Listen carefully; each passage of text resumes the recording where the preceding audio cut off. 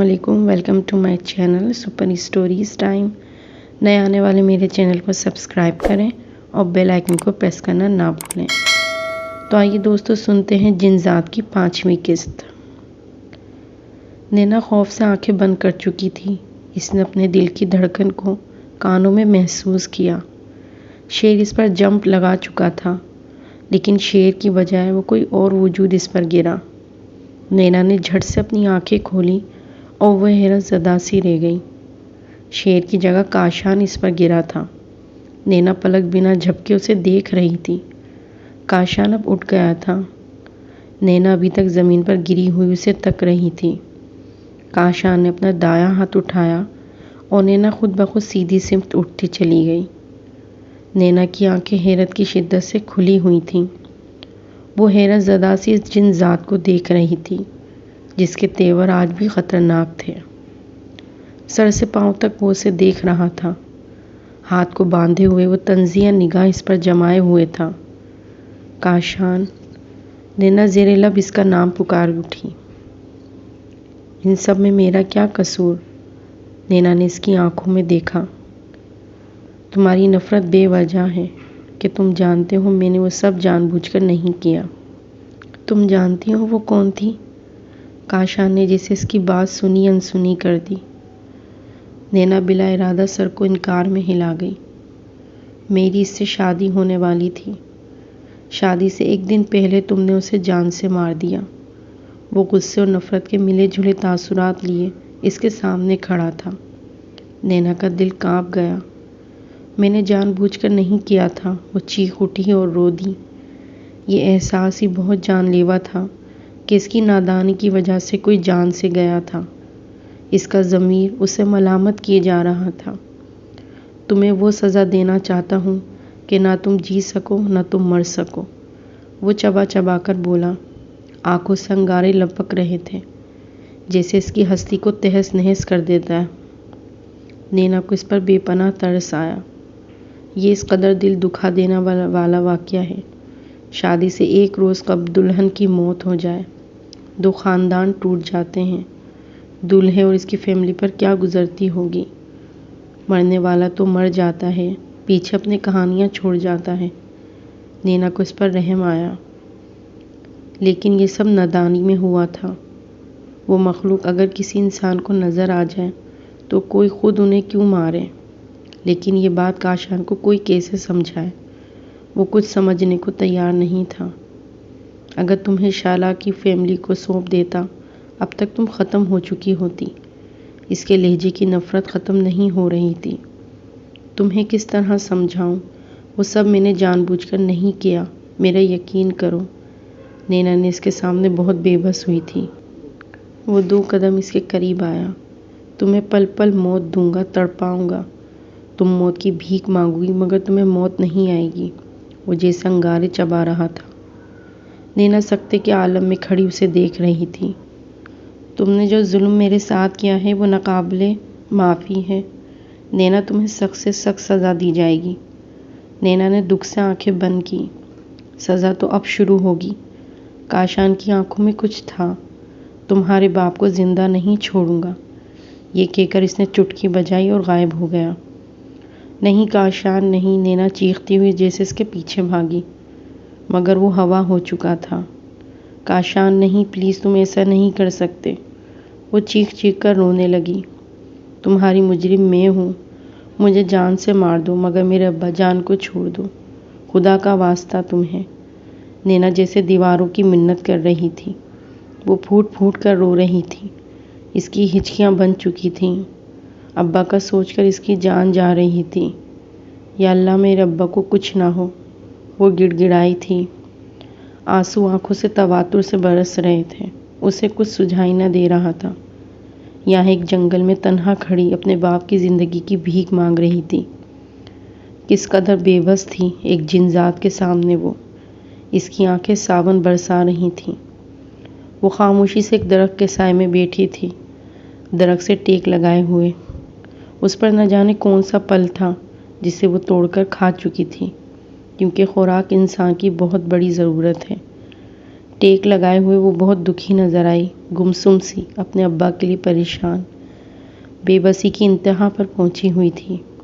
ایک ایسے دولہا کے سامنے تھی جس کی شادی سے ایک دن پہلے اس کی دلہن کو وہ انجانے میں مار چکی تھی۔ دیکھا جائے تو وہ بے قصور تھی۔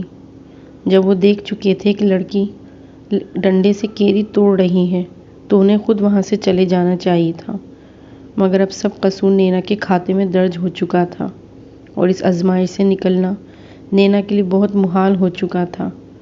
رو رو کر اس کی آنکھیں سوج چکی تھیں، بار بار ابا جان کا معصوم چہرہ نگاہ میں آئے جا رہا تھا۔ ماں کو کھو چکی تھی مگر باپ کے سائے کی سلامتی چاہتی تھی۔ اسے کس طرح مناؤں، کیسے راضی کروں؟ وہ بات سننے کو تیار ہی نہیں تھا، بس اپنی سناتا اور چلا جاتا تھا۔ ایک جنگل میں تنہا بیٹھی سوچوں کے گرداب میں الجھی ہوئی تھی۔ جادوئی جنگل نہ جانے اسے کہاں لے جانے والا تھا، نہ جانے وہ کہاں سے نکل بھی سکے گی یا نہیں۔ سوچ سوچ کر اس کا دماغ پھٹنے لگا تھا۔ تھک ہار وہ وہاں سے اٹھی اور نامعلوم سمت چلنے لگی۔ ہاتھ پر ہاتھ رکھے بھی نہیں بیٹھ سکتی تھی۔ درختوں کا نہ ختم ہونے والا سلسلہ تھا۔ ہر موڑ پر لگتا اب کوئی سڑک نظر آئے گی مگر بے سود۔ وہی جنگل، وہی درخت اور وہ ان سب میں بالکل تنہا۔ مگر اس نے ہمت کی اور چلتی جا رہی تھی ایک امید کے سہارے۔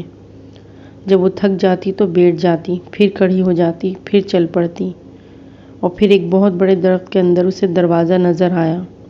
نینا کا دل دھک دھک کیے جا رہا تھا، مگر اس نے ہمت جمع کی اور آہستہ سے درخت کے اندر لگے دروازے کو کھولا، مگر اندر مکمل اندھیرا تھا۔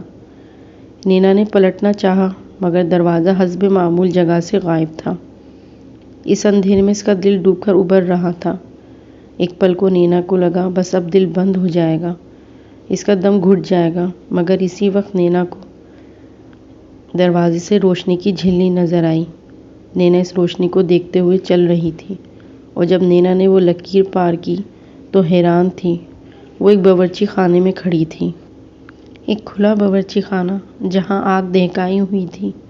ایک طرف سبزیوں کا انبار تھا، ایسی سبزیاں جو نینا نے پہلے کبھی نہیں دیکھی تھی۔ سامنے ایک بڑی عمر کی عورت برتن سیٹ کر رہی تھی۔ وہی عورت نینا کو دیکھ کر غصہ کرنے لگی۔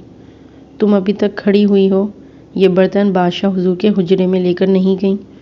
وہ عورت شاید کوئی ہیٹ تھی اور اس کی تیوریاں چڑھی ہوئی تھیں۔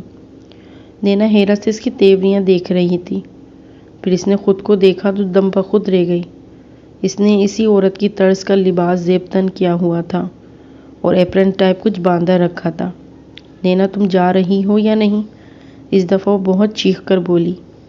نینا حیرت میں گھری وہ برتن اٹھا رہی تھی۔ نینا اس پورے سیٹ اپ پر حیران تھی۔ وہ اس کا نام جانتی تھی، اس کا لباس یہاں آتے آتے کیسے تبدیل ہوا؟ نینا ان سب پر حیران تھی۔ اس باورچی خانے سے نینا بالکل خاموشی سے نکل آئی۔ باہر ایک لمبی راہداری تھی، بالکل خالی، کوئی نہیں تھا۔ نینا کو سمجھ نہیں آئی وہ کس طرف مڑے۔ وہ خاموشی سے اسی راہداری پر چلے جا رہی تھی۔ جگہ جگہ دیے جلائے گئے تھے۔ نینا کو لگا وہ 18ویں صدی میں پہنچ چکی ہے۔ برتن بھی بہت پرانی طرز کے تھے، نینا نے یہ پہلی بار دیکھے تھے۔ سامنے سے ایک لڑکی چلی آ رہی تھی، اس نے نینا کی طرح لباس پہنا ہوا تھا۔ جب وہ قریب آئی تو اس نے خود نینا کو ایک سمت جانے کا اشارہ دیا۔ نینا اسی سمت مڑ چکی تھی۔ وہ کسی اور دنیا میں آ گئی تھی، اسے سمجھ نہیں پا رہی تھی۔ سامنے ایک بہت بڑا دروازہ تھا، اس دروازے کے دونوں جانب بہت موٹے تازے بندے تلوار ہاتھ میں لیے کھڑے تھے۔ نینا انہیں دیکھ کر بہت خوفزدہ ہو گئی تھی۔ اس کو آتا دیکھ کر انہوں نے عادت کے مطابق دروازہ کھول دیا۔ نینا نے ایک پل کو سوچا تھا اور دھڑکتے دل کے ساتھ دروازے میں قدم رکھا تھا۔ اس کی دل کی دھڑکن بہت تیز ہو چکی تھی۔ ایک عالیشان کمرے میں وہ کھڑی تھی اور سامنے کا منظر مزید حیران کن تھا۔ سامنے بادشاہ حضور کو دیکھ کر نینا دنگ رہ گئی تھی۔ ایک 30-32 سال کا نوجوان بادشاہ تھا۔ نینا 50-55 سال کا ایک ادھیڑ عمر بادشاہ تصور کرتی آئی تھی، مگر اتنا چھوٹا بادشاہ اس کے خیال میں نہیں تھا۔ بادشاہ بستر پر دراز آنکھیں کیے بند لیٹا ہوا تھا۔ انگور کی بھری ہوئی پلیٹ اس کے پاس دھری تھی۔ آہٹ پر بھی اس نے آنکھ کھولنے کی زحمت گوارا نہیں کی۔ نینا کو سمجھ نہیں آئی کہ وہ کیا کرے۔ نینا نے خاموشی سے برتن وہاں موجود میز پر رکھے اور جانے کے لیے پلٹی۔ گستاخ ہو بہت! اچانک سے آواز سن کر نینا اچھل ہی گئی۔ اب بادشاہ انگور کا گچھا منہ میں ڈال رہے تھے اور بہت نزاکت سے چبا رہے تھے۔ کیا محل کے تقاضے بلا دیے گئے ہیں؟ اس بار آواز میں بہت سختی تھی۔ ایک بادشاہ کے سامنے وہ سچ میں تھر تھر کانپ رہی تھی۔ سوری، میں سمجھی آپ سو گئے ہیں۔ نینا کی زبان لڑکھڑا گئی۔ اب اس نے آنکھ کھولنے کی زحمت کی اور کروٹ لے کر رخ نینا کی جانب کر لیا۔ نینا اسے دیکھ کر دل ہی دل میں اس کی خوبصورتی کی تعریف کیے بنا نہ رہ سکی۔ ادھر تشریف لے آئے، وہ براہ راست اس کی آنکھوں میں دیکھ رہا تھا۔ نینا کا دل خوف سے دیوانہ ہوا جا رہا تھا۔ اس کا دل کیا یہاں سے بھاگ جائے، نہ جانے کیسی دنیا میں وہ آ گئی تھی۔ نینا بامشکل چلتی ہوئی اس کے سامنے جھکی گردن کے ساتھ کھڑی ہوئی۔ فلموں میں وہ یہی دیکھتی آ رہی تھی، یہ انگور ہمیں کھلائیں۔ اس عجیب حکم پر نینا نے اسے دیکھا اور ایک نظر اس انگور کی بھری پلیٹ کو دیکھا اور اس کی فرمائش کو ڈرتے ڈرتے وہ ان کے پلنگ کے پاس آئی جس کے چاروں طرف جالی لگی ہوئی تھی۔ ہلکے سے نینا نے جالی کو ایک طرف سرکایا اور پلیٹ سے انگور اٹھانے لگی تو بادشاہ نے وہ پلیٹ جھٹ سے اٹھا لی اور نظر نینا پر جمی تھی۔ بیٹھ کر کھلائیں۔ نینا کے ماتھے پر پسینہ چمک رہا تھا۔ اسے لگا وہ کسی مصیبت میں پھنسنے والی ہے۔ وہ بادشاہ تھا یہ چھچورا؟ میں اس کام کے لیے نہیں آئی ہوں بادشاہ حضور۔ نینا کوشش کی کہ اس کے لہجے میں گستاخی ظاہر نہ ہو۔ وہ ایک دم اٹھ کے بیٹھا۔ نینا ڈر کے پیچھے ہوئی۔ تو پھر کس کام کے لیے ہو؟ وہ آبرو اوپر کیے سوال کر رہا تھا۔ یہ برتن لے کر آئی تھی۔ اچھا جاؤ، اس نے 2 انگلیاں اوپر کر کے جانے کا اشارہ کیا۔ نینا جیسے منتظر تھی فوراً اس پیچھے مڑی اور بھاگی۔ وہ اتنی تیزی سے کمرے سے نکلی تھی کہ اس نے پیچھے مڑ کر دیکھنا بھی گوارا نہیں کیا۔ نینا نے دوبارہ باورچی خانے کی جانب دوڑ لگائی تھی۔ یہ حقیقت تھی کہ اس کی بھوک کھانے کو دیکھ کر چمک اٹھی تھی، مگر رسوئی گھر میں پہنچی تو وہ عورت ابھی تک وہاں موجود تھی۔ نینا اسے دیکھ کر تھم گئی۔ کھانا کھا لو، پھر تیار ہو کر بادشاہ کے دربار میں تم نے آج رقص پیش کرنا ہے۔ نینا ہکا بکا رہ گئی۔ رقص؟ وہ بے یقینی سے اس عورت کو دیکھ رہی تھی۔ جلدی کرو ورنہ دیر ہو جائے گی، وہ اسے گھورتے ہوئے بولی۔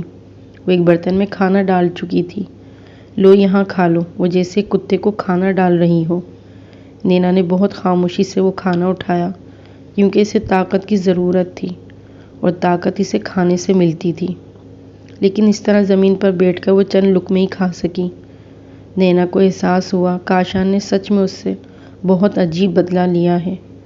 وہ یہاں نہ جانے کیسے پہنچی تھی۔ وہ عورت مسلسل اس کے سر پر سوار تھی۔ چلو، وہ اسے گھور رہی تھی۔ مجھے رقص نہیں آتا۔ نینا کے منہ سے پھنسی پھنسی آواز نکلی۔ کل تو تم نے کیا تھا، آج بہانے بنا رہی ہو؟ وہ جیسے اسے کچا چبانا چاہتی تھی۔ میں تو آج ہی آئی ہوں۔ نینا رو دینے کے قریب تھی۔ اب اس عورت نے سختی سے نینا کے بازو کو دبوچا اور باہر نکل آئی۔ اس ادھیڑ عمر عورت میں بہت دم تھا۔ نینا اس سے ہاتھ چھڑانے کی کوشش میں بری طرح ناکام تھی۔ وہ نینا کو بے دردی سے اپنے ساتھ گھسیٹ رہی تھی۔ اس میں سے بہت گندی بدبو پھوٹ رہی تھی۔ وہ نہ جانے نینا کو کس طرف لے جا رہی تھی۔ مجھے نہیں جانا، وہ منمنائی۔ خاموشی سے چلو ورنہ ٹانگیں توڑ دوں گی اور تمہاری بوٹیاں بنا کر چیل کو کھلاؤں گی۔ وہ نینا کو بہت حقارت سے دیکھ رہی تھی۔ چلتے میں اس کا سانس پھولنے لگا تھا۔ ایک بڑے سے ہال میں لا کر اس نے نینا کو پٹخ دیا۔ وہاں لڑکیاں ہی لڑکیاں تھیں، سب نینا کی عمر کی تھیں۔ نینا خوف زدہ سی انہیں دیکھ رہی تھی۔ اس عورت نے ایک لڑکی کو اشارے سے بلایا۔ اسے رقص کے لیے تیار کرو۔ اس لڑکی نے تابعداری سے سر ہلایا اور وہ عورت باہر چلی گئی۔ آؤ، وہ لڑکی نینا سے بولی۔ نینا ٹس سے مس نہ ہوئی۔ اگر بات نہیں مانو گی تو ماری جاؤ گی۔ وہ اب نینا کو تنبیہ کر رہی تھی۔ مجھے یہ سب نہیں آتا، میں اس دنیا کو نہیں جانتی۔ نینا کو لگا بس اب وہ رو دے گی۔ پلیز میری جگہ تم کسی اور کو بھیج دو، میں تمہارے آگے ہاتھ جوڑتی ہوں۔ آ جاؤ، وقت کم ہے۔ وہ نینا کو زبردستی گھسیٹتی ہوئی حمام میں لے آئی۔ نہا لو ورنہ یہ کام ہمیں خود کرنا پڑے گا۔ نینا اس وقت بہت ڈر گئی تھی۔ وہ جانتی تھی وہ تنہا ہے اور یہ سب بہت زیادہ ہے۔ وہ اکیلی ان سب کا مقابلہ نہیں کر سکتی، اسی لیے عقل مندی کا یہی تقاضا ہے کہ ان کی بات خاموشی سے مان لی جائے۔ نینا کچھ دیر بعد حمام سے نکلی۔ اس نے ایک لمبی سے سرخ رنگ کی میکسی پہنی ہوئی تھی۔ کچھ لڑکیاں نینا کے قریب آئیں اور تیزی سے اس کے بال سنوارنے لگیں، اسے خوشبو لگانے لگیں۔ نینا کے ہاتھ پاؤں بالکل ٹھنڈے تھے۔ ایک لڑکی کھڑی اس کا آنچل درست کر رہی تھی اور اس نے چپکے سے نینا کو ایک گولی دی اور نینا کے کان میں کہا، اس سے گلاس میں ڈال کر پلا دینا۔ نینا حیرت سے اسے دیکھ رہی تھی، مگر اس لڑکی کے چہرے پر کوئی تاثرات نہیں تھے اور نینا نے بہت تیزی سے وہ گولی اپنے بازو میں چھپا لی تھی۔ اس نے سوچا تھا دربار میں بہت سے وزیر ہوں گے، مگر وہ دیکھ کر حیران ہوئی وہاں اس بادشاہ کے علاوہ کوئی نہیں تھا۔ وہ ایک شہنشاہی کرسی پر بہت اکڑ سے بیٹھا ہوا تھا۔ نینا نے اسے دیکھا۔ اس کی نظر نینا پر گڑی ہوئی تھی۔ اس کے محافظ بھی اس کے ساتھ نہیں تھے۔ وہ کرسی سے اٹھا اور نینا کی جانب بڑھنے لگا۔ نینا دم سادے اسے اپنی طرف بڑھتا دیکھ رہی تھی۔ قریب آ کر اس نے نینا کا بازو پکڑنا چاہا۔ نینا پھرتی سے پیچھے ہوئی۔ وہ بس اسے کھڑا ہو کر دیکھے گیا۔ ایسی قیامت حسن پہلی بار دیکھا ہے۔ کوئی آسمان کی پری ہو کیا؟ وہ ایک قدم قریب آیا اور نینا ایک قدم پیچھے ہٹی۔ پیچھے ہٹنے کا کوئی فائدہ نہیں، ہم سے بچ نہیں سکتی۔ اس کی بے بسی پر وہ ہنسا۔ اس کی ہنسی بہت قباحت لیے ہوئی تھی۔ نینا کا دل کیا اس کی ہنسی کو نوچ ڈالے۔ دائیں جانب رقص کے سامان رکھے تھے۔ ڈرو نہیں، ابھی تو تم نے مجھے خوش کرنا ہے۔ وہ قریب آ کر نینا کی آنکھوں میں جھانک کر بولا اور نینا کو کمر سے پکڑنا چاہا، اور یہی لمحہ تھا نینا نے اسے پوری قوت سے دھکا دیا اور وہ بادشاہ پیچھے جا گرا۔ نینا نے دوڑ لگا دی، لیکن دروازہ باہر سے بند تھا۔ دروازے کو بجانا بے سود تھا، یہ نینا جانتی تھی۔ نینا نے ہال میں موجود دوسرے دروازے کے پاس جانا چاہا، مگر درمیان میں بادشاہ کا وجود حائل ہو چکا تھا اور وہ خونخوار نظر لیے نینا کی طرف لپکا تھا۔ نینا اسے دھکا دے کر دوسرے دروازے کی طرف بڑھی اور ایک کمرے میں داخل ہو گئی۔ نینا نے پیچھے سے بامشکل دروازے کو بند کیا، مگر بادشاہ نے ایک جھٹکے میں دروازہ کھول دیا۔ اب تم زندہ نہیں رہو گی۔ وہ جیسے غصے سے پاگل ہوا جاتا تھا۔ نینا کا دم اس کی آنکھوں میں سمٹ آیا تھا۔ ایک طرف وہ بادشاہ اس کی طرف لپکتا ہوا آ رہا تھا اور اسی پل جیسے سب کچھ فریز ہوا ہو، اور کاشان ایک طرف سے نمودار ہوا، مگر وہ تنہا نہیں تھا۔ اس کے ساتھ ایک مولانا اور 8-9 بندے تھے۔ کاشان نینا کے پاس آیا۔ تمہارے پاس بہت کم وقت ہے، جلدی فیصلہ کرو، میرے ساتھ ابھی نکاح یا اس بادشاہ کے ہاتھوں رسوائی؟ کاشان نے اپنی نگاہ نینا پر جماتے ہوئے کہا۔ وہ موقع سے اپنے بدلے کا بہت درست فائدہ اٹھانے والا تھا اور نینا کو لگا جیسے وہ ایک مشکل سے نکل کر دوسری مشکل میں آ گئی ہے، مگر وہ فیصلے کی گھڑی تھی، سوچنے کی نہیں۔ نینا نے ایک پل اس پتھر بنے بادشاہ کو دیکھا اور فیصلہ لے لیا۔ فیصلہ آسان نہیں تھا، مگر اس نے عزت کو ترجیح دی۔ ایک نظر اس نے کاشان کے چہرے کو دیکھا اور ایک نظر اپنی بے بسی کو دیکھا، مگر فیصلہ جلد ہی کرنا تھا۔ وہ منتظر کھڑا تھا، اس کا دل ڈوب سا گیا۔ اس نے کسی ایک مشکل کو چننا تھا۔ مجھے منظور ہے۔ ایک خاموش آنسو اس کی پلکوں سے بہہ نکلا، جسے اس نے بہت بے دردی سے صاف کیا۔ وہ بے گناہ تھی، مگر اسے سخت سزا دی جا رہی تھی۔ سزا میں اسے جنزاد ملا تھا، جو بدلے کی آگ میں سب کچھ بھسم کر دینا چاہتا تھا، اور نینا اب جلنے کے لیے تیار تھی۔ کاشان کے چہرے پر نکاح کے وقت ایک فاتحانہ مسکراہٹ تھی۔ سب کچھ اتنا اچانک سے ہوا تھا۔ نینا نکاح کے فوراً بعد بے ہوش ہو گئی۔ اس کے بے ہوش وجود کو کاشان نے بازو میں اٹھایا اور اسی جگہ لے آیا جس کی خبر کسی کو نہیں تھی۔ کاشان نینا سے شدید نفرت کرتا تھا اور اسے معاف کرنے کے لیے بالکل راضی نہیں تھا۔ پٹکنے کے انداز میں اس نے زمین پر پھینکا۔